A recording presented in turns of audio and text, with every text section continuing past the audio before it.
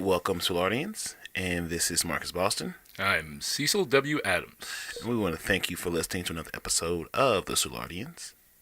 And you can find me at Marcus Boston 314. You can find me at Cecil W. Adams on all platforms. You can pick up your merch, Soulardian merch, from buyjack.com/the Soulardians.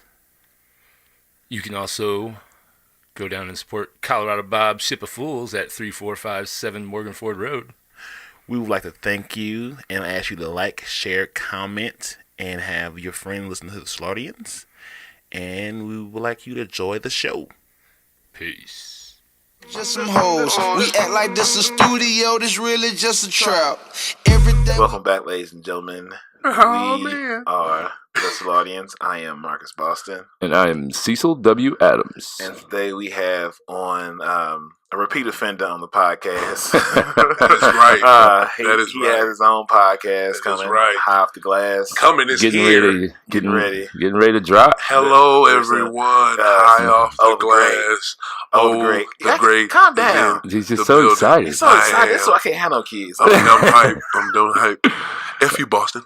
Not the city, just this dude. Oh, no. Fuck Boston, too. No, hey, watch your mouth. Whoa. Watch your motherfucking mouth. What are you, are you a Red Sox fan? No, not at all. Oh. I hate He's from Springfield, Massachusetts. That's right. Say it. Say it loud. Say it. I see how this is going to go already. Yeah. I got alcohol here because I'm finna sit back and watch this shit fly. I'm just going to, hey, if you like having, I don't think you'd be bad as JP, but putting JP on the mic, just, hey, everybody, my special guest today is JP. Just let him go. It's just let JP do. I want to watch JP. Well, no, I haven't had him on yet because of that. Because you know. I know, yeah. That would be one that Marcus just have to be like, man, I want you to be on it, but you're not going to get to say anything because once JP goes live.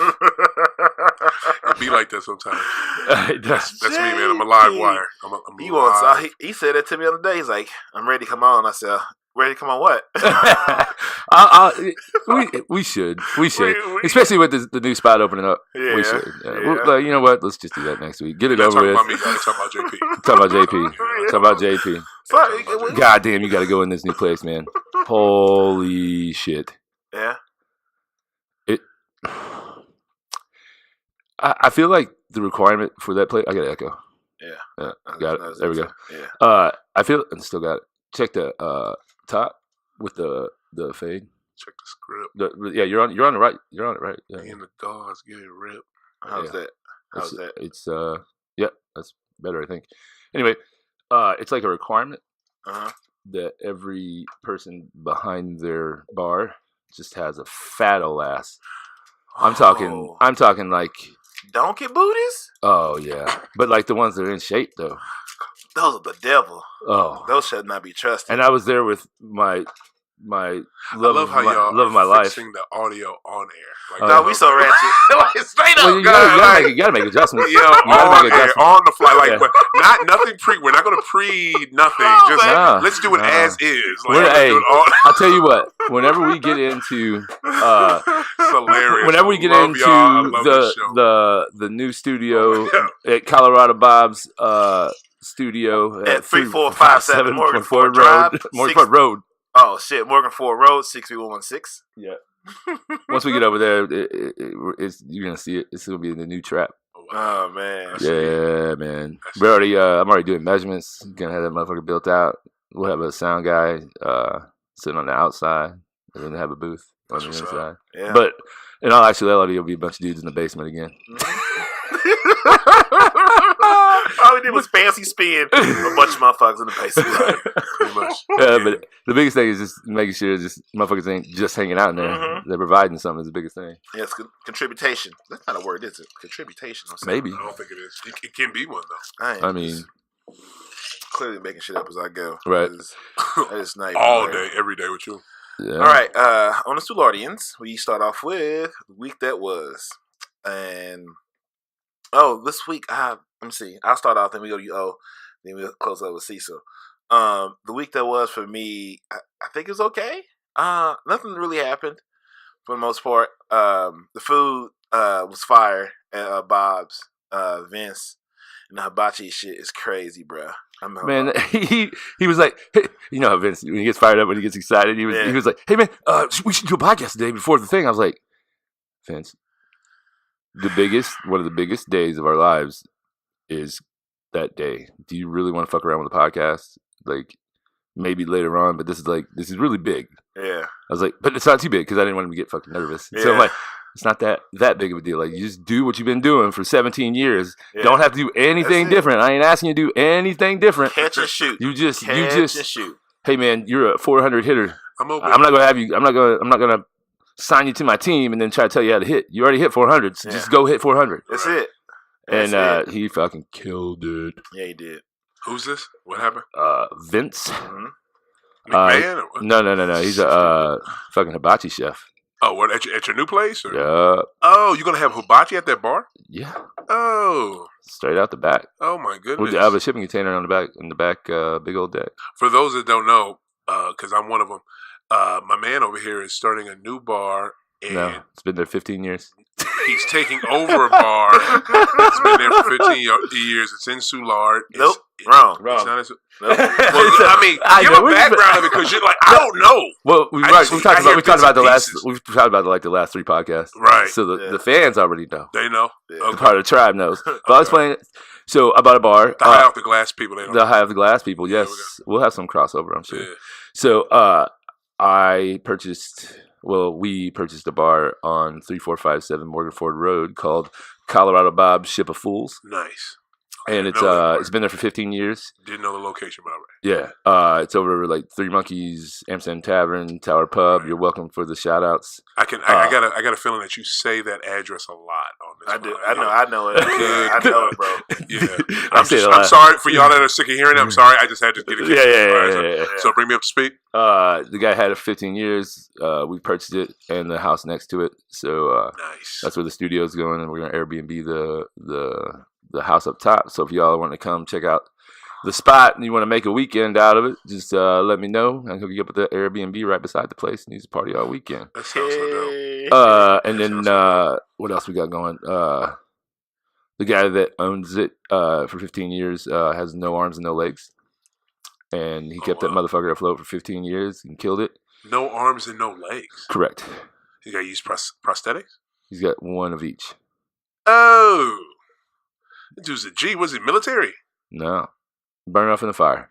Oh. I can't wait to meet this man. Wow. Well, maybe look at him from afar. No.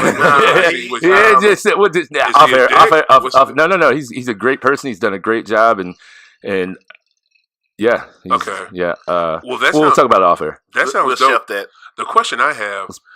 Pin in that one. We'll get back to it. Yeah. I pick up little things in conversations. One thing Airbnbs.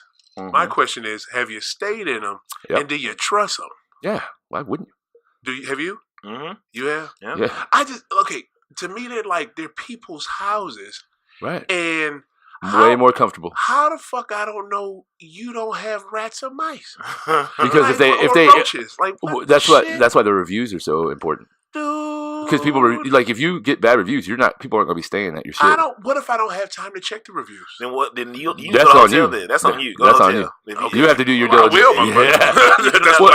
Here's why people like it. So because it's cheap and it's convenient. I guess. Is it convenient? It's super convenient. If you're staying somewhere for a long-term stay,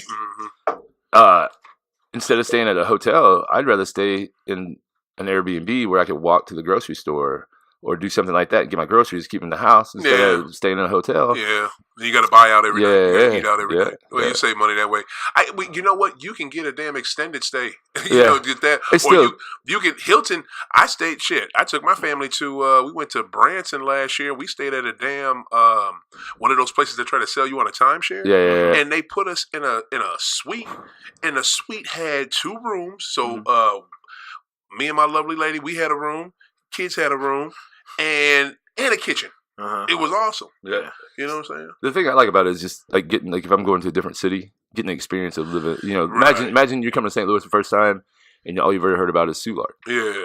So you can get Airbnb in Soulard, and you're in the neighborhood, and you're out there. And I get it. Soulard's the anomaly. I don't know too many places. That culture, man. You get the experience of living in that city. I guess. Okay. Oh, Jesus Christ. Damn it. I knew I was not going to be the first to do it. I can't reach nothing, but I knew I was not going to be the first. That is awesome. Jay-Z just turned off the podcast. he just ripped up my check. He's like, man, I was about to write Marcus Boston a check for a whole bunch of money. That motherfucker disgraced my bottle by knocking it on the goddamn ground. Inside get him, B. Inside his brain. All the single letters. Deuce. As it fell. Oh, man. I'm gonna get Pass me the water. I need some water. And this bourgeois. Be careful. I'm going to tell y'all right now. Cooper, It's a whatever the fuck. Look, you will never see this on High Off the Glass. We will record here. We will go where the Soulardians are if they'll have us. But I tell you one thing, we are never having this on High Off the Glass. High Off the Glass, you will see. This will be a bomb on High Off the Glass. This will be a motherfucking bomb. So that's can we talk about High Off the Glass? Yeah, we're coming. Relax. We got. Hey, there's a process. I need you to calm down, bro. Like you been to her before. We'll get you. We'll get you there. Just trust the process. Trust us. We got. Hold on. I don't like handing. I'm gonna set it down. Then you grab it. That way, if something happens, you can explain to the lady that it was you that broke her antique. Why does shit keep getting more and more expensive? Right. Every time you talk about it, it go up in value. I don't know if it's antique. By the end of the thing, it's gonna be worth a good $25 grand. That is crystal. You know what I mean? No, it's just water in a bottle that's used. The bottle is usually it's a multi-purpose bottle. They got that at a tag sale, bro. Nah. State sale. Well, you don't need more ice. You don't need more ice. Okay, good. It's so loud, and you're good, man. You're good. Just get the water effect. You're good. Yo, this man over here controlling his ice consumption. No, we're about out of ice already because he didn't take into the fact that we got bigger glasses this time. So he reaches his pot, and I see him like coming up less and less. I'm like, God damn, we're gonna run out of ice before we even start the fucking show. I saw him looking at my hands like, why is my hand like this? Because your hands are big and you have all ice in them. All ice. Because I'm icy. So dude, I like this chair. It swivels. I can just face the thing. It sits in on the coolers. God damn, look at us, man. A little shout out to we can't. No. Mr. Scrooge. No. What's the one with the banks? What's the cartoon? What? Oh, you talking about DuckTales? DuckTales. Yeah, with Scrooge McQuack. That was Mr. McQuack. McDuck. McDuck. Yeah. Scrooge McDuck. Get it right. Yeah, Mr. McDuck. Thank you, Mr. McDuck. Thank you, Huey, Dewey, and Louie. Yeah, here we go, Mr. McDuck. Yeah. Mr. McDuck, guys, gave us these chairs because he didn't need them anymore, but whatever. They're nice and comfortable, and they roll around and yeah. I got a back support. I can lean back. All right, so we're on Omar now for week that was. Yeah. Do anything cool this week? Just want to share with the week that was. What did I do? Cool. I worked a lot. Shout out to my job. You'll never know what it is. That was great. What else? Worked a lot. You never know what it is. What else? What did I say? I made some connections with some people about being on High Off the Glass. I was excited about that. Yeah, that's dope. That was good. Made some connections with that. And what else did I Look at him like planning it out. Like us, we're just like 2 days away, man. Come on, podcast. We don't have time. Like, sorry, man. You in or out? Well, I don't know if I want to. You in or out? This machine's going with without you. Right. Choo choo. And then worked some more. Took care of the kids. And I want to say I missed something. It just never stops those kids. You always got to take care of those motherfuckers. Man. They keep coming for needing stuff. Oh, I took my what is it? We went to go see Captain Marvel. I finally took my kids to see Captain Marvel. I really want to take my daughter because that movie is very pro women. Mm-hmm. I love it. And then last, as is all of Hollywood right now. What was last Saturday? I'll stop right there. Oh boy, I'll stop right there. He said the movie's really pro women, and I'm like, just as is all of Hollywood right now. Yeah, it is. And I'm just gonna stop right there. We don't need to elaborate on anything. Can't wait to talk about Avengers. Yeah. Well, okay. Go ahead. We get to that conversation too. Yeah, and then the week before, took my mother and my kids to Bristol's, and shout out to Bristol's. That place is always good. I've never had a better brunch in my life. I've never been. You've never been to Bristol's? Nah. In Creek Court? Oh yeah, for $2.70. I've been there, but not for that brunch. But go to their brunch, y'all. I gotta do better. Oh, I gotta get out. Their brunch, it's worth it. You're not gonna eat as much money as you pay. You're not gonna eat, but try and what is it? Try to eat it, and you won't.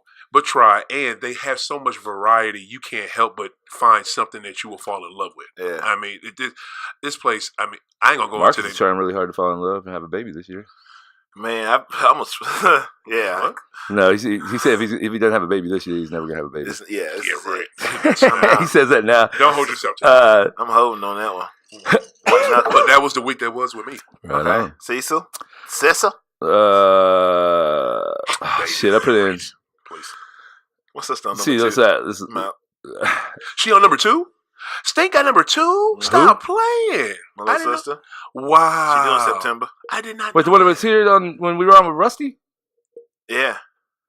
Huh. Wow. Somebody was pushing when they should have been pulling, huh? Number 2. I said, I'm gonna be uncle with the bag. 'Cause I'm not having that. Secure it. And she named him Junior again. I don't understand. The first one's named after his daddy. So I was like, cool, what's the next baby they're going to be?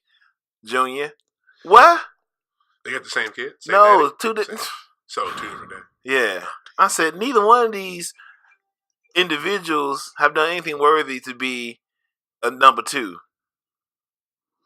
Like, what have you done for you've done so much under your name that I should have a junior. Well, you don't know that. No, fuck that. Yeah, I do. You do? Hey, when you call me for a ride, why? Because he got stuff to do. I can't put my business on this podcast. Right. We're about to have a real conversation. Not a real conversation, a real I'm conversation. gonna spill all my tea. I guess I put in 12 miles last week running. I got the Tough Mudder. Yeah. Next Sunday. The what Tough Mudder. What is that? This stupid ass race I signed up for. Oh. Yeah. 5K, 2K? 12 miles. Is that 12K? No, that'd be 12 miles. I don't know, whatever. 12. Yeah, how does that equivalent when they say that'd be? I guess it's a half marathon. Because of it. Well, no, 13 was miles. a mile. I thought a K was a mile. No. 5K is 3 miles, 3.5 miles. Oh, where? Yeah. The 5K is kilometers, so we're translating between metric system and. We are not math people. Let's just. Yeah. We're just out there. Hey, if you don't know, just Google that shit. Wow. This, so I signed up for it because this last year I lost all that weight and I got down and my buddy Jeff, I've talked about him. I talk about him too much. He's my homie. But he's like, "Oh, you ready for that Tough Mudder?" I'm like, "Fuck yeah, I'm ready." And then I got hurt and I was like, "Shit." I tore my tricep for a little bit. So yeah, I'm good now. But I was like, "Oh, I'm gonna stay on this running." Well, I kind of slacked for a little bit because I hurt my Achilles. So I'm like, fuck. So these last few weeks I've been putting in my work, getting ready for it. So I'll be good though. I got it down. I think I did 7.5 the one day and 7.5 miles, and I got it somewhere around a 10-minute mile. 12 miles. Good. But he wanted it to be, because at first he's like, well, we usually ask that you're, to run with the team. I'm like, fuck, here we go. And he's like, we usually like to have like a, sub 9 per mile for 12 miles. I'm like, God damn, you're out of your fucking mind. Damn. You said it's called Tough Mudder? Yeah. Like you running in the mud? Yeah. Oh shit. And you got all these obstacles you gotta go over, like these walls and shit. Dude. Oh, wait. It's an obstacle course? Yeah. Oh, well that's a little bit better. I just thought it was a straight 12 miles of running. I would rather just have straight 12 miles of running. No, I like the obstacle courses, and trust me, I know because I served in the military, and when we had I hated doing the I ain't trying to make this about me, but just quick. No, I had both. I do all the time. Go ahead. Yeah. We know I do.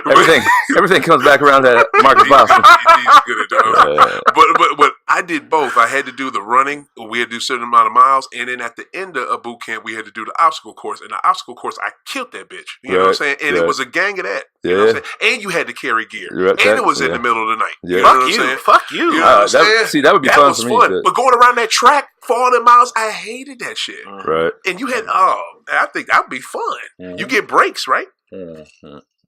Well, usually, yes, because you have a pile of people. And I was like, all right, I'll be cool. I'll have some breaks in there. I'll be all right. Yeah, but Jeff was like, oh yeah, man, we're getting into the first group. What that mean? You thought the very first group to go. Oh. So there's not gonna be any breaks. It's just running and just attacking the shit and just going and going and going. I'm like, God damn it.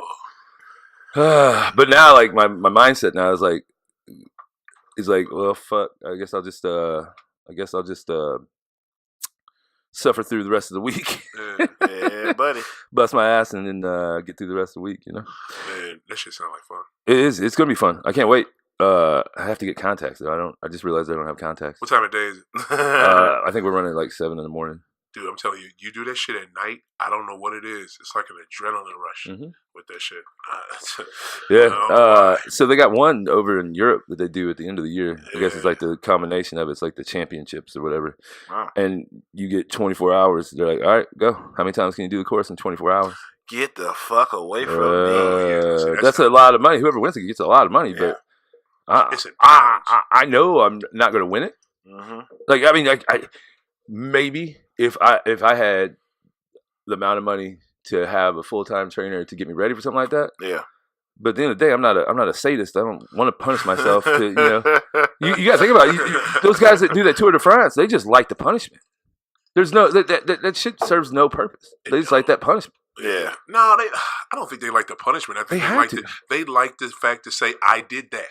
You know what I'm saying? Not on that level, man. On that level, I think it's about the money, and they just enjoy the punishment. Nah, man. It's to me, it's like cats who climb Mount Kilimanjaro or huge peaks in the world, or jump off a skydive or some shit, just to be able to say, I did that. I think the mentality on that get of doing that. I think it's that, bro. But if you do it one time, I can see that. I can see if you do it one time, like, oh, I did that. But then when you're doing it year round, doing all these different races and shit, you just like the punishment. You don't know it. I mean, that's where you're getting your paycheck.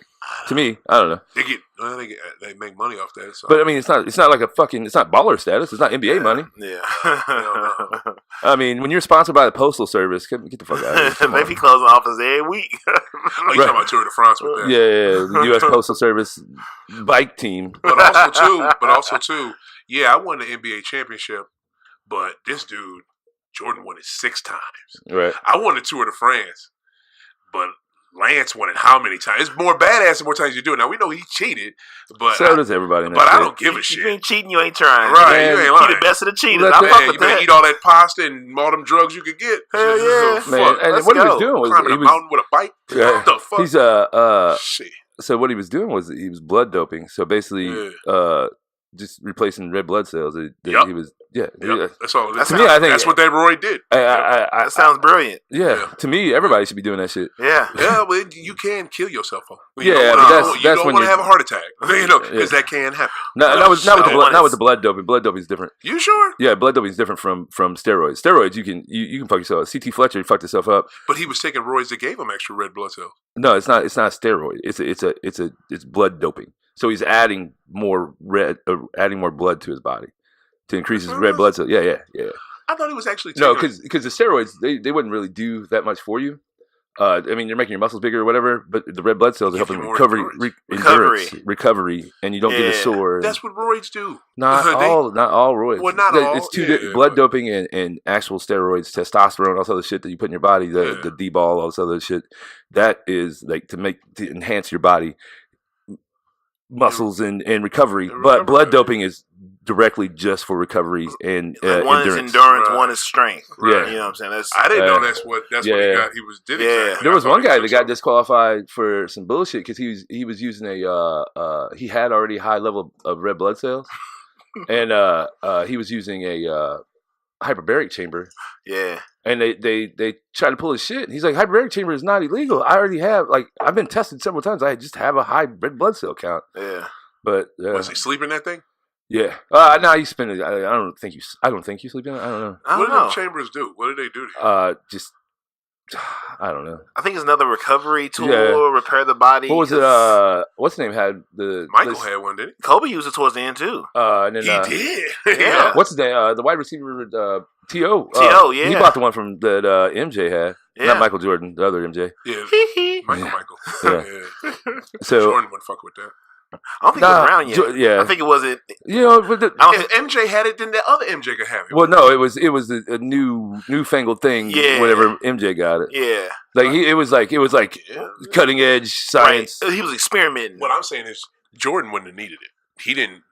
That man had so much energy. This man could play 8 rounds of golf, play an NBA game at the highest level, and then go to the casino and bet all fucking night. Yeah, but he had a hyperbaric. He'd have just bet on who can do the best in the hyperbaric. Imagine this.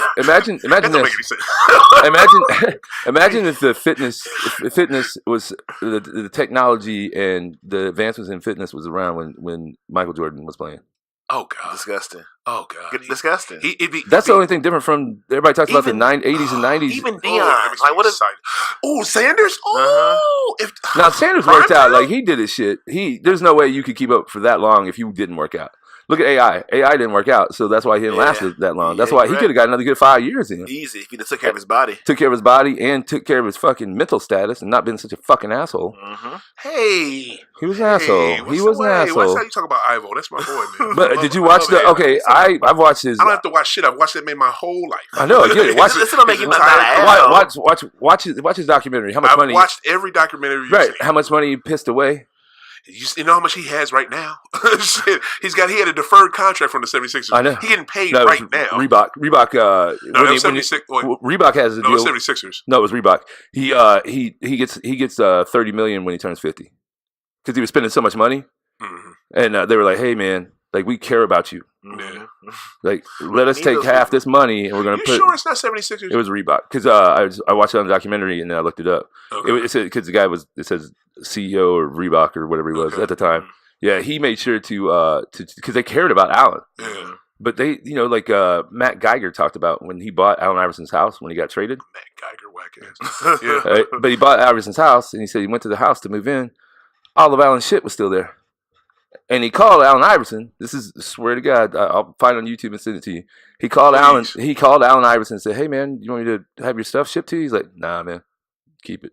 Yeah, I heard stories of him like leaving a whole wardrobe. Wait, and shit. what? And why did he left a whole mansion worth of shit in his mansion? Cars and I've heard stories on other podcasts, jewelry, where he would leave. He would go to a city, buy all. I did hear that. Those and stories. Leave the shit. Yeah. That's so the same thing. If you do that, of course you do. Why would you not do it to a house? Because that's way more money. He didn't care. But if I see it all the same, it's the same shit. Bye. You bought my house. So wait. So you call him an asshole because he was shitty with his money? I call him an asshole just the way he treated people in general. Who? Allen Iverson? His teams? His teams, his people. He's showing up to a game late, eats a McRib, drinks a soda, eats fries. Everybody else is there warming up, doing their shit, being part of the team. He shows up, does his shit, eats his McDonald's in the locker room, puts on his thing, just goes out and plays. How did he do? Doesn't matter. Yes, the fuck it does. What you mean? It doesn't matter. Yes, it does.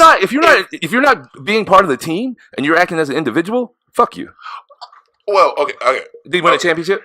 Okay, he could have. He didn't. He went against a goddamn buzzsaw in that early 2000 Lakers. Come on, man. He took a team with nobody on it. If you can name two people off that team, I'd be shocked.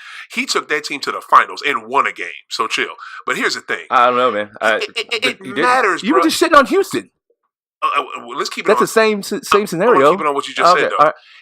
Randy Moss, what was it? Chris Carter used to talk about it all the time. Randy Moss would eat a bunch of candy and drink soda and then go out, play a game, and kick ass. How many championships did he win? I'm just saying. Why do you care? Why do you care that? Okay, you act like he's not trying to isolate himself from the team. He just got there late. He ate some shitty lunch, and then he went to go play. All I care about is, did you ball? Like, did you help your team win? I got a motherfucker on my team. You want to talk about Ivo? I got a person on my team who will be there on time, be there early, and then get on his teammates publicly, put down his teammates publicly, and then play a shitty game. So you want to talk about Ivo? What I wouldn't do to have Allen Iverson on my team when I got this selfish motherfucker named Kyrie on my squad. So you can miss me with whatever you want to say about Kyrie, about Allen Iverson. I will take 8 Ivos right now. How many you can take that Kyrie motherfucker. Kyrie has one. Yep. Off of LeBron. That's 100% more than Allen Iverson. So, and when he had somebody that was a better leader than him, he did well. He won a championship when he had a better leader. Who? Kyrie. Yeah. When he had a leader. Yeah. My thing is about leadership. Allen Iverson, to me, I'm not taking away. He can ball, but to me, he's on the same level as what's the name of Houston? Who? Harden. You put Iverson on the same level as? Oh, you tripping? You're good. How? The reason why is because just like I told you when I told you upstairs. Yeah. Harden is a career loser. He doesn't show up in big games. Listen. No, you asked me a question. Let me finish. Iverson shows up in big games. I've seen him win an Eastern Conference championship. Mm-hmm. I've seen him go to the finals and win a game. I've seen him show his ass. I've seen him cross up the GOAT and make the GOAT look stupid. Right. You know what I mean? I've seen these things. Is there any ice left? Mm-hmm. I've seen these things happen with my eyes. Let me get some of that kettle done. Thank you, sir. I've seen Ivo do these things. I haven't seen Harden do them. It's a totally different thing. I've seen Iverson do shit where the league literally, like the game changed, like people started to play like him. Harden, you maybe could say that, but all he does is flop and travel. And score 30 a game. 30 don't mean shit in the regular season. I mean, Allen Iverson didn't win a championship. He's went what, one level higher than Harden? Yeah, and one. Yeah. No, I'm sorry. Was it one level? Okay, yeah, because Harden's been to a conference final. I'm shocked. Right. But yes, he's been one level higher and won. A game. A game is better than being swept. What's that? The cat. Oh, okay. Is you trying to jump? No, what I'm saying is, I look at it like this. You can say what you want about Golden State, and I hate Golden State because I think that. Why? I hate Golden. Here's what the only thing. This is the same thing that you want some of this? Yeah, club soda. Thank you. Club soda's good. Grapefruit. It has a grapefruit flavor. Thank you. Shout out to Lacroix. My thing is when you look at LaCroix. I think it's up for. I think it's however you want to pronounce it. LaCroix, something else you will never see on High Off the Glass. But because he don't know no better. You don't know till you know. LaCroix. It's however you want to say it. Jamiroquai. So my thing with Golden State, it's just like the Patriots. I hate the Patriots, but I love the Patriots. What? So you hate love Golden State? No, that's what I'm saying. I'm trying to. My point I'm trying to make is if they would let when Bron beat them, when Cleveland beat them, they were able to body up Steph Curry, and they were able to play actual defense. You can't do that anymore. You can't. Yes, you can. No, you can't. Yes, you can. Have you not watched that Golden State Houston series? That one was physical. Did you not watch the Philly Brooklyn series? That was physical. My man got poor dude with the afro. God, what's that brother name? He's so good. He got bowled twice by Embiid in that series. Watch the one when Bron. No foul. You can be physical, bro. You can in the regular season. You can in the playoffs. Man, I have a hard time. They call it. They call it a little less. They still call it, but they call it a little less. Man. I just don't see it, man. Have you watched it? Yeah, I've been watching. I watch a lot of basketball, man. And my thing is, you take a little dude like Steph Curry back. Let's say the 90s. I don't think he is who he is because he gets bodied up. To me, he's a spot up shooter in the 90s. To me, I can't say that because if you can have somebody that's definitely the wrong dude. If you can have a Muggsy Bogues be in the NBA for a while as an NBA veteran and play on a team that made it to the playoffs and were playoff contenders almost every year and was a good squad and went to other teams and was good. And there was other. Wait. The only thing you can't say those two both cheated though, didn't they? Who? Muggsy and Spud. Yeah, they both got caught with steroids. I have no. Don't look. I have no. No, yeah. What the shit that got to do with anything? No, what I'm saying is they were on steroids. So. I mean, but you don't think that helped them be in the league? Dude, they're like a foot smaller than everybody. I get it, but their quads were as big as our fucking waists, man. I'm just saying. This is 2019. I've been watching basketball since I was a good 3 years old, and I've never heard anybody say that about Muggsy and Spud. All right, hold up. But I'll look it up. I won't look it up. But anyway, the only reason I say that is because I think no matter what your size is and what you look like, if you can ball in any era. You know what I'm saying? I don't think LeBron would be as good in the 90s, but he would be good. He's evolution. You had Isaiah Thomas. You had smaller guys that killed it back in the day. Yeah, but it's LeBron is. I think LeBron is more of an evolution from Jordan. And that's evolution. That's where it went to. As soon as people like KG, like he's the evolution of KG. He's the evolution of a better ball handling KG. T-Max. Oh, yeah. Oh, fuck T-Mac. I seen him play. I seen T-Mac play. I saw Vince Carter's still in the league, man. Yeah. Still doing it. I love it. And coming back next year. What's funny is people are like, oh, he's broke. He's still playing. It's like, look up his net worth. It's $60 million. This motherfucker ain't broke. He's just a stud. And he can still bored. Yeah. He wants that road pussy, I guess. I don't know. No, he wants to keep playing because once you stop playing, when you're a professional athlete, once you stop playing, where are you gonna get your cheers from? Where you gonna get your high fives from? You gotta find. Where you gonna get your team camaraderie from that you was talking about earlier? Yeah, look, Penny Hardaway. Penny Hardaway went to coach. Now he's coaching. He took over his Memphis. Yeah, but he was his best friend was coaching his high school team, and he died halfway through the season. Died of cancer or something like that in Memphis, and then he took and ran him on to the state championship, and then he's like, "Fuck, I like this coaching thing." And he's doing good, and he's getting top recruits. Well, he's doing it. Look at who else is Danny Manning? He's coaching. He was at Tulsa. Where's he at now? Where is he? He went to a bigger school. Was it Stanford or something? Something out west? I don't know why. Some want to say K-State. Why we act like we don't have computers everywhere? Like it's not right there. Maybe 1987. I mean, look at the almanac. What does it say? Look at the source. Real talk, I miss those almanacs. Buying them back in the day. I used to bring those to school and win so many basketball arguments. I used to kick them kids' ass, run my money.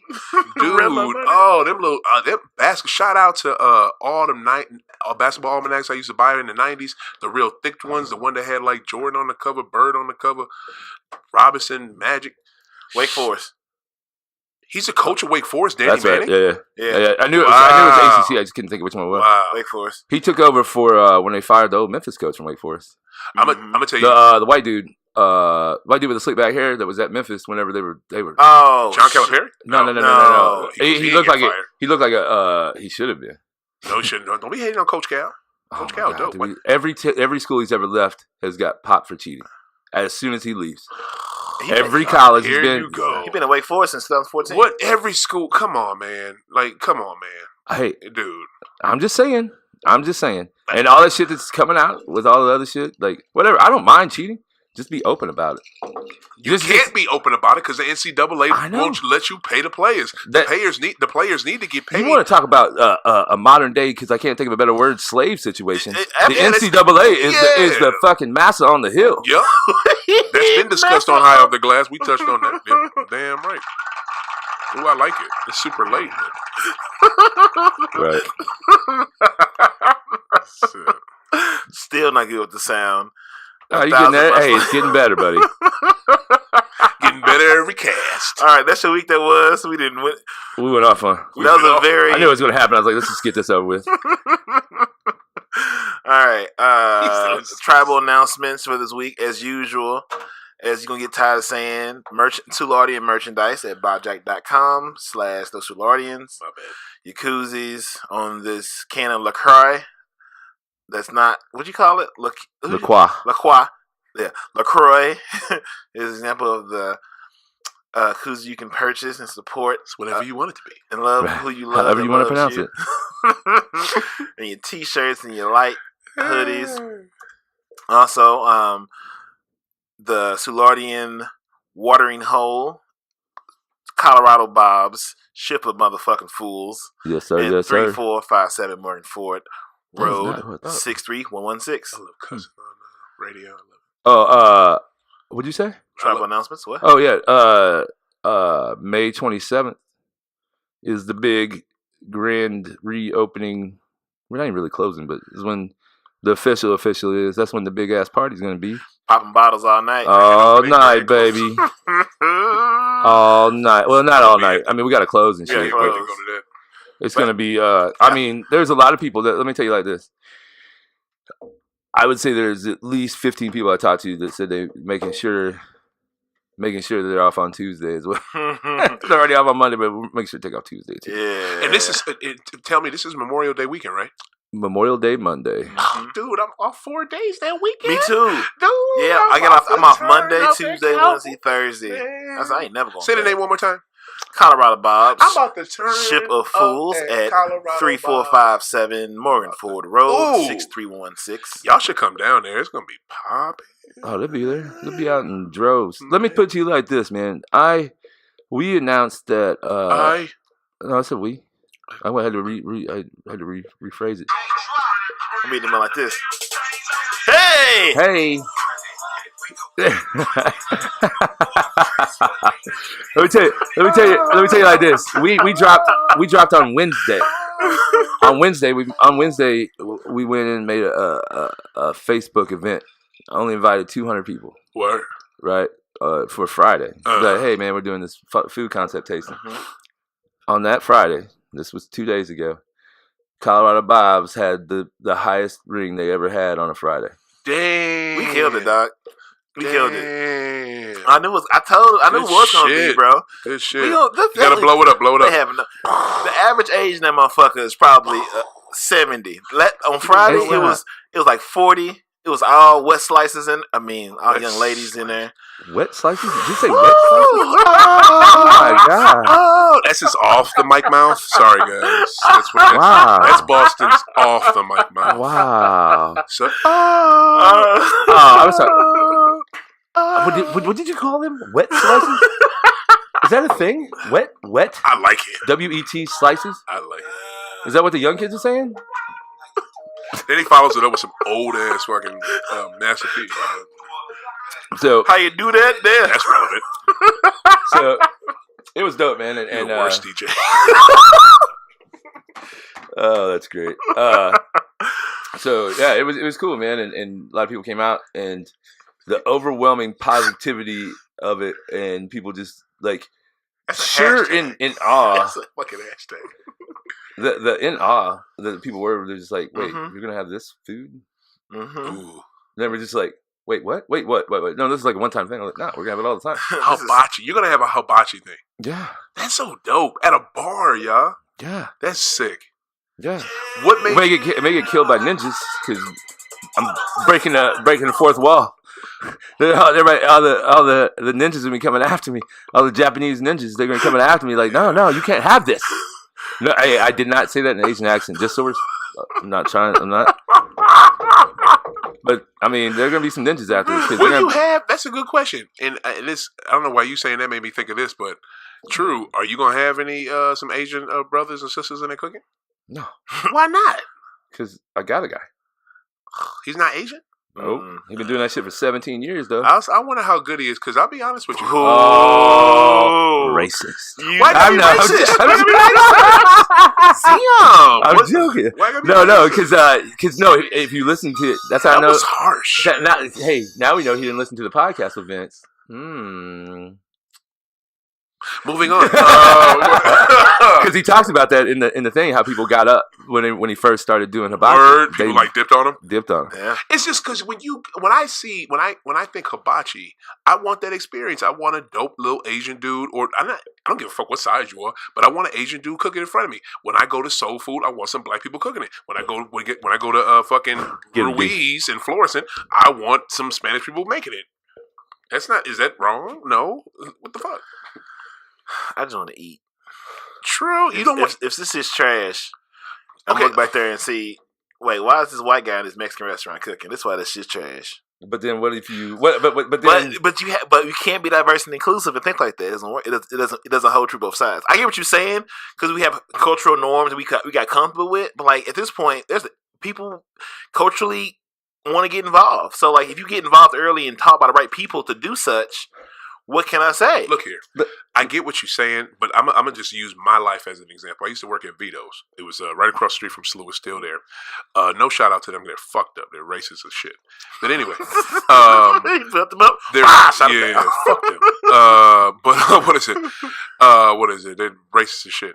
And but their pizza's good. And their food is decent. But, Italian, you see the grandmother sometimes, you see the people. They got Mexicans in there cooking it. You know what I'm saying? Mm-hmm. It's not, and then people say your stuff doesn't taste the same as when your dad ran it. Oh wow! Guess why? Because you got Manny and them back there. But here's the thing. I don't give a shit if I go to an Asian restaurant and I see a brother working there. If I see somebody Spanish working there, I don't give a shit. I just want to see the main chef or a couple of chefs be what I want it to be. And then, of course, I want to see some diversity. I don't mind if I want my server to be black at Ruiz. You know what I'm saying? But I just want to see what I came there for. Right. I want that ethnicity. I don't want to trust the ethnic food or the culturally specific food to be made by that culture. Yeah, and I want to see other people working there. It's not like you'll never go to You'll never go to a Rice House in St. Louis, a Chinaman in St. Louis, and get Chinese food and see somebody that's not Chinese working there. Right. You know that. You know what I mean? Especially at Colorado Bob Ship of Fools. Not that it matters, but our chef is a white man that does hibachi, and the shit is fucking fire. It is. Yeah, right. Has 100% approval rating. Yes, but he talks about on the podcast. He talks about on the podcast. He talks about people that would get up from the table because it was a white dude. Yeah, and I would never do that. That's too much. I can't eat. I'm like you. Right. At the end of the day, some type of way. Yeah, I'm gonna eat this food. Right. I'm here. Goddamn it. I'll put it to you like this. My man had a family of Japanese people that would only come to him at the hibachi place. Oh, damn. This is for real, bro. Yeah. Wow. This is legit. They would only go to him. They would only go to him. Where was he working at? Kobe, the best one in fucking the one on Olive? 17 years, the motherfucker was behind that grill. On Olive? Yeah. Oh. I would leave somebody for that food. If you can I might be leaving somebody soon because there's going to be at Colorado Bob Shipping Foods, 3457 Morganford Road, 6116. Y'all good at that. Right. I feel wrong if I say the name and don't give the address. Built up that discipline.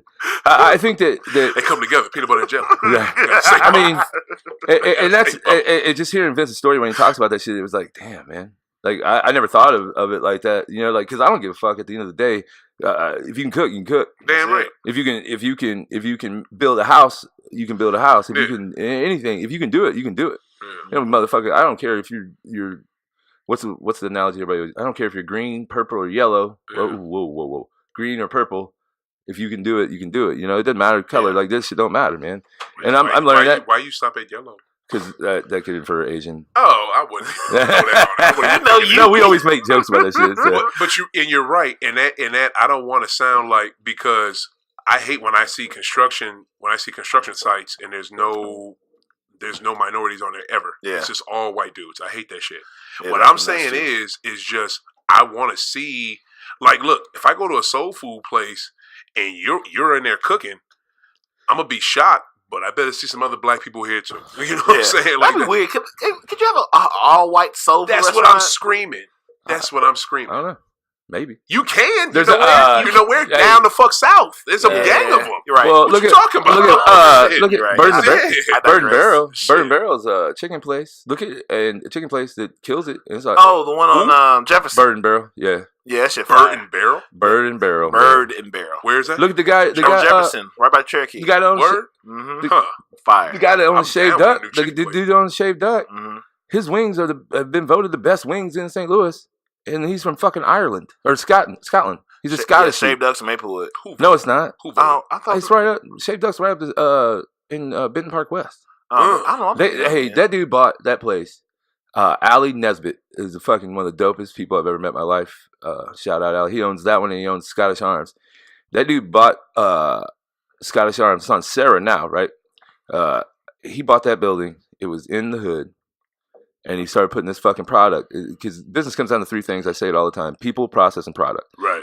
His dude went in the hood, bought this building, made it into a kitchen, made it into a bar. Like Sarah and Lindell? What are you talking about? That's Sarah. That's, right over there. Sarah Lindell. Yeah. Yeah, but now that I used to live over there. Yeah, now that property's worth a fuck ton of money because that place developed over there, man. That shit is Where? What about IKEA, bro? If you don't do that, oh shit, he owns that. Yeah, no, he owns he owns a restaurant over there called Scottish Arms. That was his first one. Oh, yeah. So he bought it. The Cleed and Sarah. Yeah, I know that's in the cut. That's in the cut. Yeah, my cousin live on the Cleed. That place is on the wait every day, right? So then he opened up another restaurant over here. Bought same dynamic.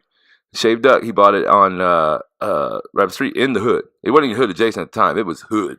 Oh, yeah, because where I stay at used to be the hood. Yeah. Well, by Bonita, Bonita shit used to be... long time ago. But I'm saying that's when he got in, was back when it was trash back then. Oh, okay. They was selling boxing in all the that 90s? Yeah. Late 90s, early 2000s. Oh, yeah. Okay. So maybe mid 2000s. Shit, Sticky, but Sticky was born 96, 94. I'm going to tell you like this, though. When I moved here in 01, y'all neighborhood was nice. You know what I'm saying? It was on the way. Was nice as shit. It was on the way. Like when we got there in 94, it was like the guard wasn't there yet. It was just. It was I remember that shit. Like it was behind me. It was like vacant buildings. You came in there in 94? Yeah, we got there in 94. Steve was born 96. I'm gonna tell you like this though. That area, West End, I heard it was rough and shit back in the day, but it had been coming up. She lived around the corner at Kingsbury, and we visited her back in the 80s. And besides, and it was in the middle of the summer, besides it being deathly hot, I ain't had no problem with it. And I had to walk up 3 flights of stairs. I hated it because she lived in that apartment up there on Kingsbury. But that Who we talking about? My aunt, she the reason why I'm here, you know what I'm saying? She lives across the street from D. That's how I met okay, I got you. That's how I met him back. That's how I met Boston back in the day. And you know what I'm saying, in that neighborhood. And we lived around the corner. And before they moved over there, she lived on Kingsbury. And that neighborhood was bad, but it was coming up. We were only there a few days. Shaved Ducks on 2900 Virginia. You said they got the best, they won best wing. What? He does barbecue, folk, and soul. Don't play. I might swing by there tonight. It's not cheap, just a... but it's quality. It's quality. It's quality shit. I mean, it's so a dozen is how much? So like it'd be probably $14, $15? No, it's like 3 or 4 like money signs. I can tell. Wait, hold on. Let me see. Hold up. What the fuck are you talking about? I don't know. All right, so it's actually not bad. So okay, smoke. I love this dude. Smoke. I don't know. So it's actually not bad. It's not bad. It's not. Smoked chicken wings are $9.99. Oh no! How many do you get? I don't know. Is it a dozen? 8? We'll say you have more than. We'll say it's probably 8 and above. I'll tell you one thing.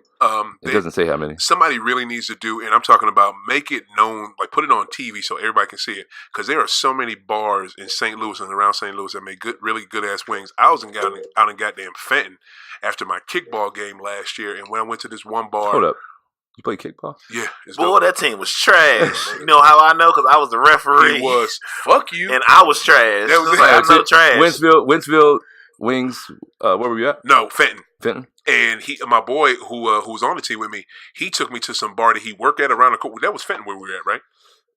Yeah. Yeah, it was right off Gravois. Yeah, right off Gravois. And he took me to this bar that's on Gravois. Y'all know who it is, what bar it is. It's right over there by all that construction they're doing in the road. I hate to say I don't know the name, but they had these like wings they do, like they double fry them or double cook them. Oh, they're just called trash. Trash wings? Trash wings. Yeah, y'all know about that. Y'all been in that spot? No, everybody does it. Yeah, a lot of places does that. Oh, so what you do is you cook the wings and then you cook the wings and then you put them in the sauce and then you fry them again. Yeah, I appreciate my bad. I appreciated that. Them wings were on point. There's some really good wings, but I mean, at the end of the day, it's wings. Like I'll need some blue cheese. Yeah, because I'll fuck up anything with some fucking blue cheese. Blue cheese. I'm gonna get blue cheese and yum sauce together. Did you buy some? Huh? He had it for sale. Did you? Yeah, I bought a fucking jar. Moms went through that shit. I was like, try some. I said, try some of this on. I brought some after the shit to the house. Oh shit! She tried some. I said, try. She was like, what is this? I was like, look here, try this shit. She tried it. She's like, she's fire. I told you. I came back. Been gone about 2 days. She came back. I put that on everything. I think he's got some more. So yeah, I already texted her like I need 3 jars. I need 3 jars for my maybe boo, and then 1 for me, 1 for my mama. Wait, what's this boo situation? Easy, bro. Don't. You said I haven't figured it out yet. Okay, it's the same one, or I don't know. What? I don't know which one. I don't even know. Last. You been hiding this from me? No, she came and left on Friday. The round one from out of town. No, the one that came with the black girl. Oh, okay. Yeah, I've met her a few times. Yeah, you met me. I'm still trying to figure it out. She let me do some shit I probably don't deserve. So I'm still in the process. I've never seen her. There's still some conversations I had. I said, there's still some ends I want to tie up before I get tied up. So I'm like, I'm trying to slow stroke. I want to tie up before I get tied up. That's smart. Yeah, that's smart. Yeah. Well, I mean, I'm slow walking. Do you think it's the best? Does she listen to podcasts? So listen to my podcast. Okay, so do you think it's a good idea with everything we got coming forward to get booed up now of all times? Boot up, but I'll throw it all away and deal with it. Boot up.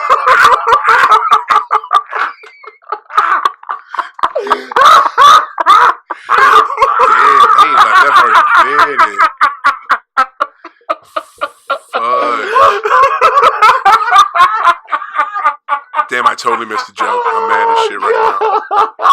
Damn. Cecil don't even laugh at her. What'd you say, B? What'd you say, Boston?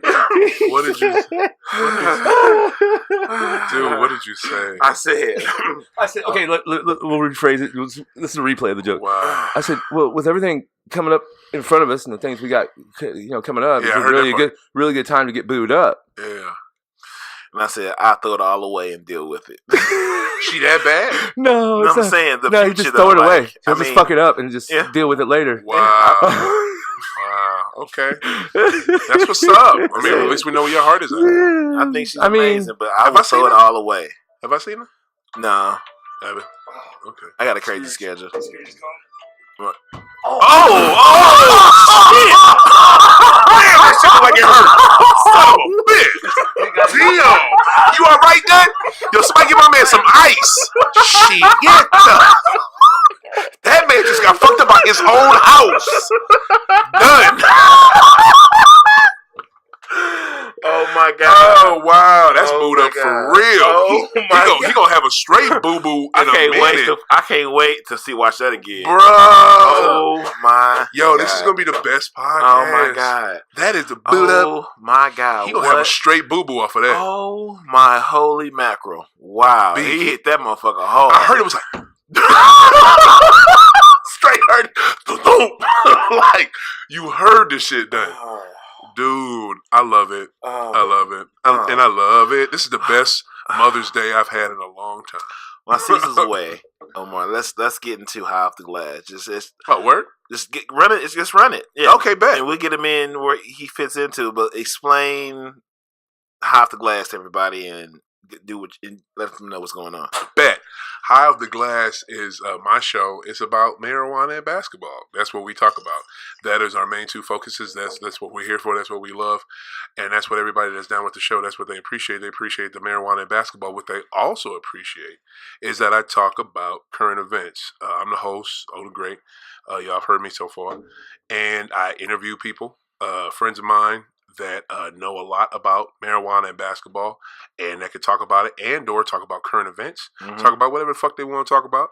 I'm always going to have interesting people on the show. I'm always going to be interesting.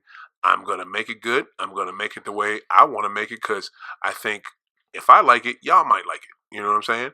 And I'll take your feedback on it. You can hit us on High Off the Glass. You can find it on all your major social media platforms. But remember, you got to tell them how you spell it, because high, regular way you spell high, the THA, glass, the Great. You look for that. You look for the Great on Twitter. You look for High Off the Glass, spelled high, THA, glass, high off the glass, THA, yeah, high off, high off the glass. The only difference, y'all, is with an A. That is it, because that's how we keeping it. And it's going to be a strong focus on hip-hop as well. It's going to be a strong focus on, basically, I'm not going to lie, it's my show because it's going to be shit I like. You know what I'm saying? So that's what it's going to be about. It's going to be about shit that I fucking like. And I love marijuana and I love basketball. So guess what, snitches? That's what we talking about. So come get on board. Y'all going to love it. The people that have joined the congregation of people, of fans of the show, they love it so far. So you guys need to get on board. You find it, Instagram, Facebook, and it's going to be on your streaming devices here shortly where you get podcasts. Yeah, it'd be on the shit. So look out for it. Yep. I think it's dope. I mean, we had a conversation about the title because it means in different places it means certain things. Yes. But I was like, it's not even controversial. It's just like it's not. That's fine. Let's get the clicks up. I love that you brought that up though, and I think you brought that up. And that was Cecil told you that. Yeah, I had no idea. And I've been watching. No, it's funny. I was watching Breaking Bad, and they said, I said, but it was after we had a conversation. I said, right. Now, what Mr. Boston is referring to, he's saying that my name of my show, High Off the Glass, it has two different meanings. High off the glass, to me, and with the basketball reference of it, means you're going high off the glass for the rebound. Right. Okay, that's what that means. Mm-hmm. To me, also, high off the glass means you hitting the ball and you getting high off the glass. You know what I'm saying? Like that's what you doing with it. It hurts to hear, but you know what I'm saying. No, don't do it again, motherfucker. I'm saying don't do it again. That shit hurts. Sorry. So yeah, I like doing it. So that's what that means. But also, high off the glass can have the connotation of high off the. What were they doing in Breaking Bad? They were making meth. Uh-huh. So yeah, I don't condone that. And I don't support it in any way, shape, or form. That's not what we're about. You know what I mean? We're about marijuana in basketball. We're not about meth. The only meth I know is man. And, that's the only dude. That's the only one I fuck with. That's the only one I've always known. That's my boy. And by the way, that documentary just came out on Showtime. I watched some of it last night. It is excellent. What documentary? The Wu-Tang doc. It's called Mike and Men. Of Mikes and Men. Yes. I think I'm gonna watch it tonight. Excellent. After I watch Thrones, I'm probably gonna watch that tonight. Directed by I don't even know if this is a man or woman, to be honest with you, but I have been messing with this person for a good 25 years. Sasha Jenkins is the director of it, and he or she has been in every rap magazine I've read for the last 20-some years. XXL, Source Magazine. Sasha Jenkins is director of this documentary. It is outstanding. It's 4 different parts. That's a man. It's a man, bet. Yep. I watched, what is it? It's 4 different parts. It was at Cannes Film Festival. It won some awards already. Showtime got it, thank God. It's 4 different parts. The first hour debuted on Thursday. I can't wait to watch the rest. They're going to be on my DVR waiting for me. Yeah, I'm going to fuck with it tonight. Yep, Sasha Jenkins. Dude, it's so... And Sasha Jenkins has been in hip-hop for... I'm talking XXL, bro. Source Magazine. Mm-hmm. I want to say even maybe Vibe, I saw his name do a couple articles. Like, dude has been on it. Yeah. You know what I'm saying? For a minute. Gotta love hip-hop. Wu-Tang forever. Yeah, I'm going to watch it. Yeah.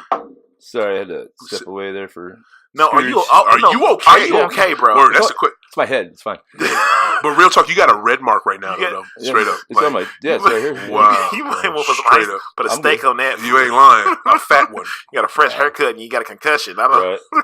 It's too close to Victor. It's too close to me getting a concussion. See, no, I'm fine. Cecil, it sounded like this. Straight up. You smoke. I've done that before, too. Like, I've done it before, not at that speed.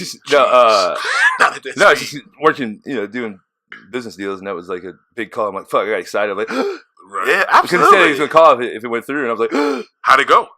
Well, yeah, got it. Yeah, we know that shit. I don't even ask that about this shit no more. It's the funny one I ask about nothing. Right. I know it's going to work out. I don't have to ask. Wow. But you don't ask me shit about what I do. So it's going to work out. Right. Like you say, if you say you're going to do it, it's going to get done. That's right. it. Yeah, right. I'm thinking 3 steps ahead. It's not going to work out. I feel you. Yeah. So like, just awesome. Like the meeting that we have this week, that the other part of the tribe has with local huge, not as AB big, but huge beer company that that's gonna do our private label beer, and part of the deal was that we wanted to get in on their distribution, and so we wouldn't have to go to all the bigger places and get the distribution. We'd just be a part of their run. Oh wow! And they're in every grocery store. You must have killed that bottle. I got you. I can do that for you. We on there. So I got no vodka for the after party now, huh? We in the 4th vodka. You got plenty vodka. That's one thing I know. We in the 4th quarter. Actually, that was the last one. I ain't worried about it. Let's make a run. Right. But no, the biggest thing that I was concerned with is trying to get it ice cone. Trying to get it distributed. My bad. It's all good. I ain't shit. The biggest problem I was having was like how we're going to get it distributed. Like I want to start making money on it right away. And with this company, we had an in with them, and it's gonna be huge, man. And hopefully I'll be able to announce that in the next. You need LaCroix? Yes. LaCroix? I can't. I tell you one thing. Matter of fact, finish this. Go ahead. Okay. D said, who the fuck is D? I don't know who that is. Who the fuck is that? What are you tapping on? It's not on. He was doing the same thing with the vodka, with the can of worms. That ain't ketchup. I didn't tap it with the vodka. I was just trying to shake it. I was trying to get all the drops. This ain't ketchup. This ain't the ranch bottle and taking a couple drops off on the salad. What are you doing? Man, F you, dude. Anyway, Boston bitch ass over here was telling me off air that how you guys started, and you guys didn't expect to be as far along now as you already are. You know what I'm saying? And it's crazy. Like, y'all was just fucking around, and then fucking around turning, like, the term he used was so perfect. We just threw some shit to the wall to see if it was sticking, and some shit stuck. You know what I mean? Like, it fucking stuck. That's we awesome. Enjoyed we fell in love with throwing shit at the wall. We didn't care if it stuck. Yeah. People like, what are you guys doing? Just throwing shit up against the wall. Yeah. What do you mean? We're just grabbing shit, throwing it against the wall. That was it. And some shit is sticking. Maybe. Kind of sticking. It's like somewhat sticking. And we keep throwing. Like, we enjoyed the throwing part. Right. You need to get better at throwing. I can help. You want to throw them shit too? This how you throw it. Now I want you to throw it your way. Yeah. Find your way within my way. Yeah. And throw. Thank you. That's it. That's it. Yeah. We just like throwing shit. What sticks, we'll see what it's worth sticking. If not, we keep throwing shit. I love throwing. Like there's just so much shit, and it's every day is a blessing now, man. Like we're just keep going forward. Yeah. Like I ain't worried about. We have a bad podcast. Fuck it, whatever. We'll do better next time. I don't even believe. Our best podcasts and numbers were the worst ones we thought they were. Right. And the ones that we killed, but like the ones like as a throwaway. I was like, I like that. But it's sometimes like even it's like I feel like maybe somebody like pity listens like, oh, these guys are trying. But whatever, you're still listening. I don't care. Hey, there's somewhere like there's one where like halfway through I was just like, oh my god, I'm so fucking bored. And I don't get bored, but I was just like, because we kept like throwing stuff at the person and just the person didn't give you shit back. Nah, man. Well, it'd be but when they got done, they were like, "Oh my god, this is the best ever." Just all him and I look at each other like, "What?" I mean, there's a couple that were just like, we went too hard, and we're like towards the end, we're just like, man, we can't put this on. We're gonna have to bring them back on. This is what I noticed. This is what I noticed. I think with people, I don't know. To me, I don't know anybody who's that's uber successful, and that doesn't do it because they have a love. You know what I'm saying? Mm-hmm. Like, y'all have an actual love for this shit. You guys enjoy each other. You enjoy the process of throwing shit against the wall. You know what I'm saying? So I think that's why you guys are successful. I enjoy the process I have of making my show. I love it. So I see that, that's why you guys are blowing up. You know what I'm saying? The more someone loves what they do, the better the product will be. And the better the product is, the more people will want to receive it. I mean, it's got to be basic science. Yeah. I mean, shit. Yeah, absolutely. You know what I mean? That's it. I just say thank you. I want to say thank you to Cecil for lending his studio to me when I do my thing, and I want to have an extra big, oh my goodness, thank you to Mr. Boston over here. This Marcus motherfucker, this dude has helped me in every step along the way. There's so many more steps to take on this journey, and he is down to take them with me. I just want to say thank you, brother. I'll let you breaking in a new guy. It's my pleasure. I enjoy it. That's the start of the for real. The start of the brand, man. Right. That's the Soulardian way, man. BBC. Well, BBC, man. This address is going to go down. I ain't going to say it because I don't live here. But this address right here, this address is going to be fucking famous. Yeah. This address is going to be famous. Yeah, I think so. Not at Colorado. Colorado Bob's, yes. But I'm talking about this one right here. Yeah. Yeah. Shit. Yeah. Just saying. This is going to be the one, like, if you, like, it's going to get to the point once the Colorado Bob studio opens. This will be the one, like, you're special if you get to come to the trap. If you get to come to the trap, right? The trap, basically. You get to go to the trap studio. We think highly of you. Right. You legit. You come to this trap. Not that we don't think highly of everyone, but there'll be some people like if there's a Joe Rogan that happens to be coming through doing a comedy show that wants to come on our podcast. He's coming to the trap. No, damn right. Right. Because they'll be like, man, I don't want all these people around. Right. It'll be all the same shit. Ain't nobody gonna know shit. And they'll be like, exactly Marcus and I'll just be like, where are you guys at? Don't stop bothering me right now. Like, what do you mean? Just don't. Trap, bitch. I'm in the trap. Well, can I come by? No. No. Why are you guys being so weird? Like, just shut the fuck up. It's like going to the bat cave through like the back entrance or going through like the house, then walk down the stairs. Like, oh, there's a bat cave? This is like doing I'm Bruce Wayne and Batman. Right. Like when you finally give the big reveal of that you're Bruce Wayne, but you're also Batman. Right. It's like, I have a friend that his real name is Darian, but then when he does it, he has a podcast, his name's different. It's just like I have somebody like that too. Yeah, right. Crazy, man. Right. It is. Damn, if I do have a little knot on my head. Shit. That's what we screaming. Right, I know. Dude, it was loud. Don't go to sleep, okay? Right. Fell asleep. Come help. One time, no, I don't think I got concussed off of that beam in there when you're walking through the big beam. My love found me on the ground. I came down to go to the bathroom and then she was asleep. Like you were asleep on the ground? Yeah. Wow. Yeah. No, I'm not saying I didn't wake up and then just I'm here, just lay down. But yeah, it took me for a loop. I was hazy for a few days. What made we gotta get you a helmet? What made you want to get to me? Like you wanted this house with these low ass. You're a tall dude. Man, you're taller than me, and I'm a tall. Sometimes when you're in a relationship.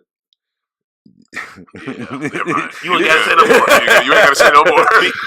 Being married, you gotta say no more. Thanks for putting my bit in this. Hey, that's a good thing about eating live. We can edit. Right, edit. Whole science out here. You know how many times I've mentioned my? He's married to the game, man. Married to the podcast game. That's the love of your life. The biggest thing is. I didn't want to. I love where I'm at. I love this place. It just and there's some things you got to deal with. No parking and no garage, but right. I mean, it's still the place that I'm at. That's that young city life, having no parking. For real. When you live in the city. How old are you? Huh? How old are you? I'm 39. I'm 39. For real? You're the same goddamn age. I thought you were the same age. Yeah, I was like, wait, I ain't know. What month? October. This is the Soulardians. October what? 14th. I am 2 months and 7 days older than you. Well, August 7th. Old ass. Shit. I'm a young buck. We about to be 40, man. Wow, turning 40 this year. What made you ask that? Out of straight nowhere. Because you said something about does it young people living? I was like, oh wait, we gotta be the same age. I said that. Yeah. What did I say? Young people living with no garage, parking on the street. Yeah. Oh, I said young city living. Young city living. Oh yeah. But that's city life though. That's how city life is. Yeah. You live in St. Louis City. You do not have a designated parking spot. Right. Unless you got a garage or something. Garage port. Yeah. Mm-hmm. So, unless you have something like a designated parking spot. No. Even then. Even what you're gonna do if somebody parks in your spot, you have them towed, so then they're gonna key your shit. Like, no, dude, I used to park on the other side of the street. People do that though. In an apartment, I used to do security at this one apartment place. I think it was City Blue, and people would be parking their shit. I actually, there was when they built those. I was training their graphic designer. For real? Yeah, I trained the graphic designer. The one right across the street from 7-Eleven. Yeah, you're talking about the one downtown, right? Yeah. Yeah. Blue. It used to be just Blue. I think they called it Blue City Living now. Yeah. This was years ago. Yeah. The guy lost his ass on it at first. I think he had to sell it, and then they made it better. Yeah, they got all money now. Yeah. Shoot. Yeah. I'll tell you one thing. There was some asshole people that lived in there. Mm-hmm. Like you think you're so special. Dude, you're paying what, $1,400, $1,200 a month for an apartment they call a condo. And it's not much, homie. Right. You're not that calm the fuck down. Mm-hmm. Like them people, they thought not all of them, but some just thought they thought they lived in goddamn Ladue. You live downtown. You don't calm yourself. Right. Shut the. Got me saying downtown. That's the way to my love. You gotta go down. What is going on with this dude right now? Damn, right. He did the whole thing, bro. Wow. Like, sis. Bruh. Right. Not bruh. Sorry, guys. I'm back. All right. Like, he went somewhere right there. He did, though. We're dropping, Happy Last is dropping on Thursday? No, we can do Friday. So, like, Mondays, you see Soulardians. Wednesday, you have Cognac Corner. Fridays, you will have... Wait, what we have on Wednesday? Cognac Corner. There it is. With Marcus Boston. This man right here. Y'all need to F with that show. They go a whole bunch of places on there. So they go fuck with it. I love Life is Trash. Cognac is... how yours trash, too. Cognac is crazy. Everybody has I have a wonderful love life. You do have one, but you got to get there, though. The road to there was very whorish. Oh, Jesus Christ. And what'd you say? Whorish. and risky. He said whorish. I wouldn't use the term whorish. What would you like to use? I would like to use the term of active. It was a very long road. Mm-hmm. Audacious. And it's a work in progress. Like nice word. A work in progress every day. Yep. And you never stop. The road never stops. Like an addict, you always an addict. You just one day at a time. Well, it's not necessarily an addict. I'm just saying, I'm never satisfied. I always wanted to get better. Always forward, man. Don't get comfortable, bro. Don't get comfortable. Don't ever get comfortable. You start getting comfortable, man. That's when shit starts going awry. When you stop doing what got you there. That's when the feds come. He ain't lying. That's when you're having a negotiation across the table from him. Like, I think this. This is that scene from Harlem Nights when you call home and say, "Put your mom on the phone." Yeah, I ain't coming back. I ain't coming home. Oh, that's like what we talked about. We talked about with the. Yeah. That's what happens to Ron, the accountant, whenever he meets that hottie that sees all that money Ron, the accountant, has. Yeah. And then she starts doing that shit that the wife doesn't do. Yeah. And then that's when we talk about the... I Think I Love My Wife? That sounds exactly like that movie too. Yeah, exactly that movie. That Chris Rock movie? Yeah. I thought that he was talking about No. We were... last podcast or podcast before? 14. We talked about where people talk about the pay differential and where people get paid. Like, I brought up a point that I heard on a different podcast where we should talk about the sexual inequality. How the hot chick or hot dude, whatever you're into, finds Ron, the accountant, that had spent all his time working and doing his books and studying being everything. Being a square. Being a square. Yeah. But then this hot little minx takes a liking to him. Let's say, let's say, for example, let's say Kerry Washington in the fucking movie. Exactly. So your George Costanza, the hot ass traffic girl says, "Hey, now you don't give her what she want because you never had a bitch that hot day in your life." That's a bad example because quiet as it's kept, George Costanza got all bad bitches on Seinfeld. I'm just saying, you get bad females on here. Like they were. Bad. I was just using as a vision, something I know you know. Fuck you, Kramer. You racist son of a bitch.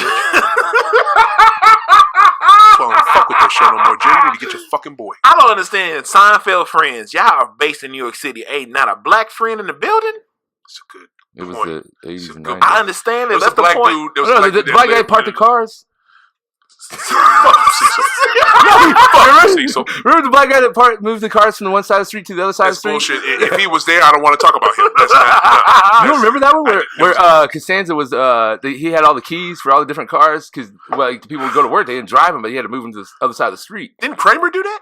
That sounds like some shit Kramer did. George had a real job. Okay, maybe Kramer had to do it, but he fucked it all up, and the dude's been like, "I've been doing this for 50 years." And yeah, it was. Yeah, we'll have to. Anyway, I'm sorry. What was your point? So basically, Ron the accountant. Fuck friends and fuck Seinfeld. Yeah, okay, yeah. So y'all were talking about your episode. What's your point? What's wrong? No. When a hot bitch, whether it be a guy or a girl, goes to the square. Hot bitch could be a man or a woman. Yeah, that's what I'm saying. Goes to Ron the accountant or Sally the accountant. Take advantage of them and take all their shit, all their money. That's the hotness and inequality. Where you got a guy that's been married, he's terrible housewife. He gets along with his wife, he's raising these kids, but then all of a sudden the random bartender or whatever takes a liking to him. Throw it all away. Starts sticking that tongue down his throat and tickling his balls and doing all this. That's 1,000% their fault. What the fuck are you talking about? That's sexual inequality. No, it ain't. How is it not? Because if you are stupid enough to let somebody that is out of your league con you of all your shit, but you don't know. What if it's not a con, though? What if it's not a con? What if she's actually into him? Well, then he's going to do whatever the fuck she wants him to do. Okay, look, if anything she wants you to do means give me $500 right now because I have to go. But what's $500 when you're making $500,000 a year? Is what I'm saying. Okay, bro. So what are you saying? Are you saying so? What am I supposed to feel sorry for the dumb motherfucker who gets taken by a hot man or woman because they got taken? I don't feel sorry for him, but what I'm saying is not sexual inequality. How is that not sexual inequality? It means you're stupid enough to be taken. Man. Come on, you got it. I think an adult has to be an adult and being too narrow-minded about it. You have to be an adult and be conscious of what you are doing and take responsibility for your actions. If I'm hot enough, if I was single and hot enough to go up to a woman and take whatever I want from her, I'm not going to do that. But listen, man, that's her fault for just giving it to me. There is wars people dying over hot bitches. Yeah, so what they got to do with everything? It has to do with everything. Ronnie Accountant has. What's they got to do with Ronnie Accountant has no power over that. So let me ask you this: have you ever seen Harlem Nights? Yeah, you've seen Harlem Nights. Yeah. Okay. The dude's name was Ralphie, the one who threw it all away for Sunshine, who had the fire ass pussy. Did you give a fuck about Ralphie when you watched Harlem Nights, or did you not laugh your ass off when they got caught by Richard Pryor and Eddie? Cool. I don't see what that has to do with the point, though. That's the thing. Look at what I'm saying. Look at Hercules. Look at Hercules. Simplified even more. By someone who was super hot. Yeah, and that's sexual inequality. It's sexual inequality for Ralphie and Harlem Nights? Do you understand what I'm saying? Does that? I'm confused. Her sexual inequality played in her advantage. Yeah, that's the whole point. Yeah, but y'all having two different arguments. But you got I'm not arguing anything. I'm having two different points. I'm trying to get his point. His point is because of sexual inequality, that works because when you're hot enough or you so attractive enough, you can leverage that into something you don't deserve. I don't agree. But your point is, But your point is you're responsible for you being taken advantage of because she's hot. Yeah. So y'all having two different arguments. He's just setting the tone to saying it exists and it's leverage. But he's saying, I don't feel sorry for them. No, there's no feeling sorry. The feeling. I'm saying that it's a thing that happens. Right. He's saying it's a thing. But he's saying it's a thing. Just a thing. He's saying it's an idea. It happens. You're getting to more of the micro, saying that this thing that exists is your fault if it works. Yeah, I don't think it's their fault. But also too, to me, I look at myself. I'm not the hottest man in the world. But if I see a woman, I don't give a fuck how good she looks. She could be Janet Jackson. If I feel like I got the opportunity and I can talk to her and I can maybe approach her and get her, I will try my best to get her. Now, she will look weird walking down the street with me because I'm not, whoever the fuck, but I'll try. And if I get her, I'm going to try. You know what I'm saying? I'm not no punk. So, Ron the accountant, just because you're a fucking lame, don't think you can't pull somebody bad. That's not what we're saying. You know what I'm He's saying? stating the thing that it exists.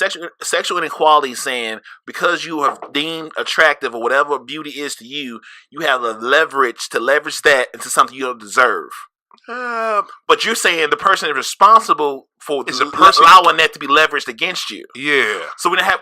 He's arguing. He's stating the idea. I get what you. I get it. You're stating the responsibility of the individual, not let it be used against you. It's a little bit of both, but I put the onus more on the person that's given up whatever's right. Absolutely. But he's giving up. What if he's giving up? Knowing that that's what he had to do in order to pull something like that. Well, there you go. Game. That's you. You signed that contract. You signed that mental contract in your brain. You got to own that. Jeff Bezos is giving up $40 billion. That's different. No. No, that's different, bro. No, he's giving up $40 billion to be with somebody that makes him happier. $40 billion. I think that just. No, that's totally different because he's leaving the woman that he built that $400 billion that $1 billion company with. He's leaving her to go with somebody else. So he's not. He's essentially kind of paying that money, but he's giving that money to that person. And he's breaking their heart, baby. We put all this work and effort into this being the biggest company in the world, and now it is. And now, motherfucker, you gonna leave me? You better give me. She's getting $40 billion. All right, then she deserves something. Well, yeah, I'm not saying it was a man or a woman. They deserve something. You're missing the point. You're missing the point. He's not. He's that money that he's going to be with this woman. That woman's not getting that money. I know. His ex is. He's paying his ex-wife $40 billion to be with somebody else. To be with somebody else is what I'm trying to say. Mm-hmm. All that woman is, if you look at their pictures, we can pull it up. Basically, the woman that he's with now, mm-hmm. his girlfriend, mm-hmm. is a younger version of his wife. For real? Yeah. And his wife's they still look hot. the exact same? Yeah.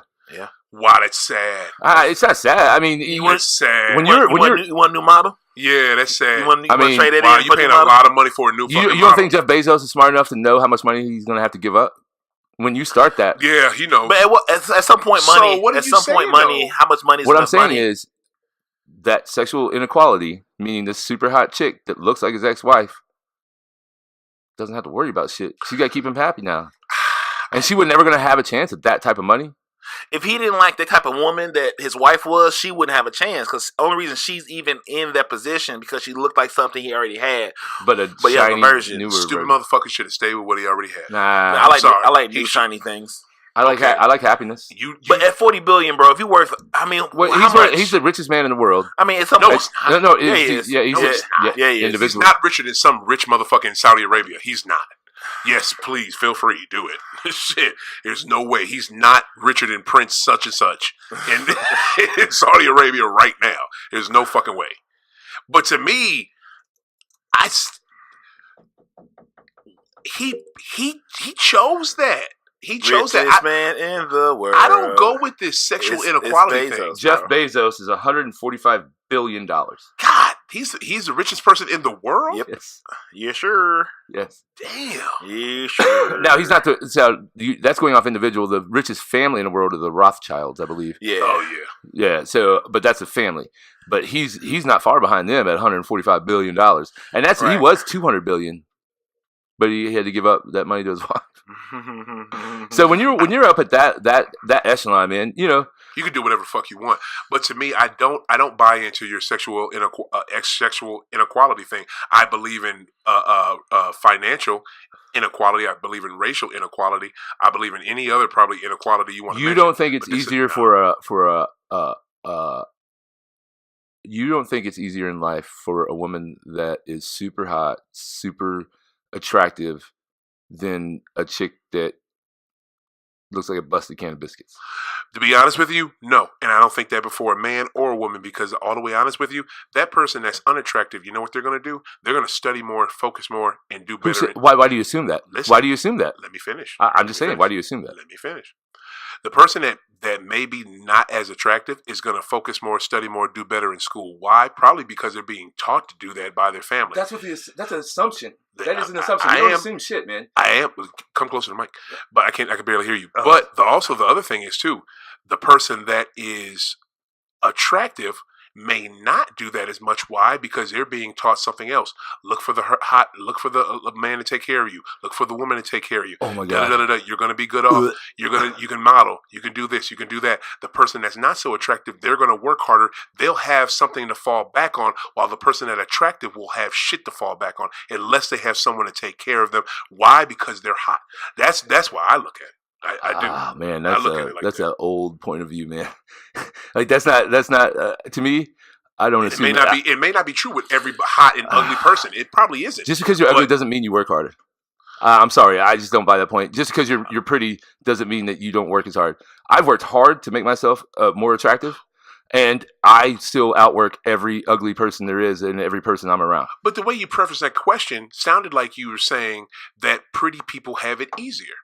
I'm saying they can take advantage of more opportunities. Yes. I don't think pretty people have it easier. I disagree. I don't think so. I don't know what easier means. That's subjective. But I think opportunity wise, like being appealing, being generally attractive, you will get more attention to do more things. So if you're attractive and smart, you get a lot further than being ugly and smart. We didn't say that. He didn't say attractive and smart. He just said attractive versus ugly. That's what he said. Yeah. So you brought up the smart part though. You said you're the one that said that ugly person's going to work. That's not true. No. That goes on in a lot of households. That's too much generalizing. You're generalizing. You're generalizing way too much. I don't know. Can't say. So you really think assuming. You really think there's a bunch of parents out here with. And let me ask you, I'll just make it more general. I'll just make it the easiest. You think there's really a lot of parents out here that are telling their kids, no matter how they look, don't study hard? Don't do good in school? So obviously they're going to tell them to do good in school. They're going to tell them to strive to get what you want. The prettier you are, your parents are still probably telling you that, or maybe they're not. The uglier you are, maybe they probably are still telling you that, or maybe they're not. It's either or. That's a lot of generalization and assumptions. That's kind of where he's No, going. I did not. No, the point. This is what I'm taking it from Cecil's point. Cecil's point is saying that if you are attractive, you have an advantage of attention to get your point across easier and quicker than if you were unattractive. I own some shit. I'll give a bitch that's bad a lot more of attention to hear her point and then judge her than if I'm not attracted to you or I don't find you interesting. I'm probably not gonna fuck with you. I'm talking about. And so that is me being me, but I work against that natural wanting to say, nope, let me listen to this person's point of view, regardless of my own attraction to who and what she is. Yeah. because I've chosen to work on that and own that behavior model. I think a lot of people will. If like who's the best assassin? An attractive woman, because overall, not for the generalize based on the world we live in, because you can get closer to a man that's so full of himself and kill him because you're an attractive woman than me to being a smooth ass. And that comes man. down, that comes down to sexual inequality, sexual inequality, and taking advantage of a male ego or a woman's ego. Exactly. So that's the idea. And that's the more of the overarching conversation. And I can relate it back, and not to, well, I am bringing it back to myself. I've had a lot more opportunity come my way since I've got more healthy and grown as, even made myself stronger mentally, stronger physically, stronger spiritually. If you're more attractive, you're going to get more attention. That's what we're saying. That was it. That's all we were saying. That now, cap that. Yeah. Cap that there. Well, what you should do is you should reword it. You should reword it. Because when you say, I don't like the word sexual inequality, what you should say is maybe attractive inequality. That makes more sense. But attractive is sexual. If I'm attracted to you, I want to fuck. That means I want to have sex. So that we're back to sexual. Yeah. Sex and attractive. Yeah. That's just what it is. Like sexual inequality, attractive. If I'm attracted to you, you know why I'm attracted to you? I want to fuck. Yeah, that means that we're having sex. Because at the end of the day, sexuality. And we can word it however. Like, let me lose $150. I'm gonna get a whole different level of attention. Yeah, I'm gonna still be the same person, smart wise. But because I was at this size getting smart, now I am more appealing to women that aren't prepared for my level of conversation because I appeal to them. Physically, it's just the game. It's just what the rules are that we live by. I get it. It's not fair because I'm still the same person at this weight or 100, 200 pounds less. I'm still the same person on the inside, but because the world says that less weight version of myself is more appealing, now I can get in front of people that wouldn't even pay me no mind if I walk in a room. Yeah, I mean, I understand what you're saying, and that's cap that. That's all we're saying. That's all. That's all I was saying. I wasn't saying that's it. Anything like it wasn't saying there was you got into the crux in the bolts and DNA. We were sort of setting the tone for your idea. You are totally correct saying the fucker that falls for is stupid. Yeah, he needs to be held accountable. I think so. We were just setting the tone for the idea up here, and now the idea's here. Your details are here. Not saying it's less than, but I know I got a little more to dip. You got a little more. Yes, I got a little deeper with it. We was in a kiddie pool when you got some motherfucking. We were just like I like to swim in the deep end. I always have. That's why I wanted to listen to both of y'all so I can explain. See, you're on the same page. I got to piss, and we're gonna close this down. So, way to tell everybody. Hey, it's okay. That's when we end the show because I got to piss. Okay, bet. Oh, let's take a calling card. Yeah, okay. When I got to pee, nice. That's over. We gotta go. Soulardians. Record board and we'll stop. So, please tell them about your podcast. Just again, wrap up. It's called High Off the Glass with me, the Great. Hello, how's everybody doing? Had a great conversation with the Soulardians here. Cecil in Boston laid it down. Basically what it is, we talk about marijuana and basketball, also current events, whatever the fuck is going on, and whatever my guest feels like talking about. I kind of interview them as we do the show, and we talk about what's going on in basketball. Can you believe the Lakers? Was a big all right, look, hey, just tell me what's up, bro. I'll shut all this bitch down. But here it is. Look for us. We come out new episodes every Friday. Look for us on all your Twitter. You can look for the Great on Twitter. You can look for High Off the Glass on Twitter. High Off the THA Glass on Instagram, on Facebook, and please look for us and listen to us. And on Twitter. And on Twitter, like I said that. He did say Twitter. And Cecil? You can find me on all platforms at Cecil W. Adams.